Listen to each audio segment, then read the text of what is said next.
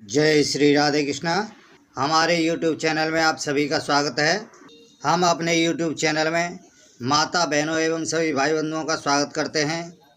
आज हम अपने YouTube चैनल के माध्यम से श्री कृष्ण जन्माष्टमी संतान प्राप्ति की कामना हेतु प्रयोग के लिए एक अद्भुत अवसर लेकर के आए हैं। तो दोस्तों, श्री कृष्ण जन्माष्टमी पर्व, यह पर्व उन लोगों के लिए विशेष मुहूर्त का दिन भी है जो संतान की अभिलाषा रखते हैं और इस हेतु कोई साधना या प्रयोग या कोई पूजा करना चाहते हैं। यह दिन न केवल उन व्यक्तियों के लिए जिन्हें संतान प्राप्ति में कठिनाई हो रही है, विलंब हो रहा है अथवा चिकित्सीय आदि प्रयासों के बावजूद भी उनकी गोद सूनी है, और जिन लोगों के लिए भी यह है जो संतान प्राप्ति की योजना बना रहे हैं, यह उन सभी के लिए है। तो दोस्तों, कृष्ण जन्माष्टमी पर यह प्रयोग अवश्य करना चाहिए, जिसके करने से संतान पुत्र की प्राप्ति अवश्य होगी। तो दोस्तों, संतान पुत्र की प्राप्ति के लिए पति पत्नी दोनों को यह उपाय अवश्य करना चाहिए। वह क्या है, वह मैं उपाय आपको बतलाने जा रहा हूँ। उससे पहले जो भी नए सदस्य इस वीडियो को देख रहे हैं, तो उनसे अनुरोध है, कृपया सब्सक्राइब करें, लाइक करें तथा शेयर करें और बगल में लगा घंटी का बटन दबाना ना भूलें, जिससे हम जो भी वीडियो बनाएं उन सभी का नोटिफिकेशन आपके पास में पहुँचे। तो आइए जानते हैं किस विधि से इस उपाय को करना चाहिए। दोस्तों, सर्वप्रथम एक चौकी पर पीला रेशमी वस्त्र बिछाकर उस पर मध्य में अक्षतों से अष्टदल कमल का निर्माण करें और उसके मध्य में श्री कृष्ण भगवान की मूर्ति या चित्र स्थापित करें। श्री गणेश आदि का संक्षिप्त पूजन करने के बाद श्री कृष्ण का यथाविधि पूजन करें। एक गर्भगौरी रुद्राक्ष लेकर उसका भी श्री कृष्ण के साथ ही पूजन करें। उसके बाद संतान गोपाल मंत्र का जप आरंभ करने के लिए दाहिने हाथ में जल लेकर के निम्नलिखित श्लोकों को पढ़कर विनियोग करें। वह श्लोक कौन से हैं, हम आपको बता रहे हैं। यह है विनियोग का मंत्र। अस्य श्री संतान गोपाल मंत्रस्य श्री नारद ऋषि अनुष्टुप छंद श्री कृष्णो देवता ग्लौम बीजम नमः शक्ति पुत्रार्थे जपे विनियोग। इस मंत्र को बोल करके जल को जो हाथ में ले रखा है उसको चौकी के पास में एक खाली पात्र में डाल दें। फिर उसके पश्चात अंगन्यास करें। दाहिने हाथ की पांचों उंगलियों को अपने हृदय से स्पर्श करें और यह मंत्र बोलें, देवकी सुत गोविंद हृदयाय नमः। फिर उसके पश्चात अपने मस्तक को पांचों उंगलियों से स्पर्श करें। ओम वासुदेवा जगतपते शीर्षे स्वाहा, इस मंत्र को बोलते हुए फिर उसके पश्चात दाहिने हाथ के अंगूठे से अपनी शिखा यानी चोटी के स्थान को स्पर्श करें। देही में तनयम कृष्ण शिखाए वसट, इस मंत्र को अवश्य बोलें। फिर उसके पश्चात दाहिने हाथ की पांचों उंगलियों से बाईं भुजा का और बाएं हाथ की पांचों उंगलियों से दाईं भुजा का स्पर्श करें। इस मंत्र को बोलते हुए त्वामहं शरणं गतः कवचाय हुम।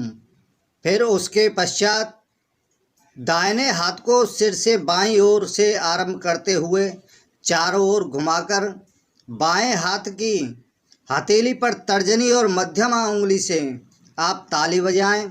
यह मंत्र बोलते हुए ओम नमः अस्त्राय फट, यह आपका अगन्यास हो गया। उसके पश्चात हाथ में पुष्प लेकर श्री कृष्ण भगवान का ध्यान करें। अगर यह मंत्र आप पर आता है तो इस मंत्र को अवश्य बोलें। अगर नहीं आता है तो श्री कृष्ण भगवान के समक्ष आप पुत्र की कामना के लिए उनसे विनती करें, प्रार्थना करें। मंत्र इस प्रकार है, वैकुंठादागतम कृष्णम रथस्थम करुणानिधिम किरीटी सारेथम पुत्र मानयतम परात्परम आदाय तम जलस्थम च गुरुवे वेदिकाय च अपर्यंतम महाभागम ध्याये पुत्रार्थम अच्युतम। अगर किसी को संस्कृत में नहीं आता है तो वह हिंदी में भी कह सकते हैं। वह किस प्रकार से? पार्थ सारथी अच्युत भगवान श्री कृष्ण करुणा के सागर हैं। वे जल में डूबे हुए गुरु पुत्र को लेकर आ रहे हैं। वे बैकुंठ से अभी अभी पधारे हैं और रथ पर विराजमान हैं। अपने वैदिक गुरु सांदीपनि महर्षि को उनका पुत्र अर्पित कर रहे हैं। ऐसे भगवान अच्युत का मैं पुत्र की कामना हेतु ध्यान करता हूँ।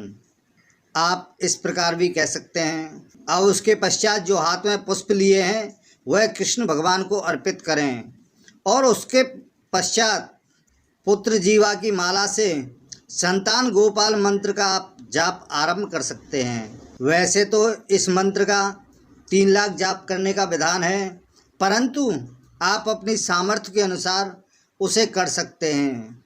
प्रत्येक दिन 1 माला कर सकते हैं या इससे अधिक भी कर सकते हैं। जितना आप करना चाहें उतना कर सकते हैं। जितना ज़्यादा करोगे उतना ही लाभ होगा। वह मंत्र कौन सा है? ओम श्रीम ह्रीम क्लीम ग्लौम देवकी सुत गोविंद वासुदेवा जगतपते देहि में तनयम कृष्ण त्वामहम शरणम गतः। इस मंत्र का आप प्रतिदिन कम से कम 1 माला का मंत्र अवश्य करें। इस स्तोत्र रत्न जप करने से न केवल उत्तम पुत्र की प्राप्ति होती है, धन संपत्ति ऐश्वर्य एवं राज सम्मान भी आपको प्राप्त अवश्य होगा। इस मंत्र का जप करने के पश्चात में भगवान से हाथ जोड़ करके क्षमा प्रार्थना करें। वैसे मैं आपको मंत्र बता रहा हूँ, अगर किसी पर मंत्र नहीं आता है तो कृष्ण भगवान से कहें कि हे प्रभु, हम पूजा पाठ मंत्र क्रिया हम कुछ भी नहीं जानते हैं। हम आपको अपनी श्रद्धा भाव से पुकार रहे हैं और जैसे भी हमसे बनता है हम आपकी पूजा पाठ कर रहे हैं। इसे आप स्वीकार करें और अपनी पुत्र प्राप्ति की कामना इच्छा जाहिर करें। ऐसा आप सभी कहें। पति पत्नी दोनों को मिलकर के यह कहना चाहिए। और अब मैं आपको मंत्र बताता हूँ कि क्षमा याचना के लिए किस तरह से मंत्र करना चाहिए। मंत्रहीनम क्रियाहीनम भक्तहीनम सुरेश्वर यत् पूजितम मया देव परिपूर्णम तदस्तु मे।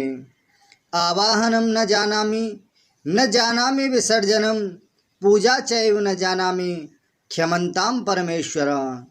यदक्षरम पदभ्रष्ट मंत्रहीनम च यद् भवेत् तत्सर्वं क्षमन्ताम देव प्रसीदा परमेश्वर।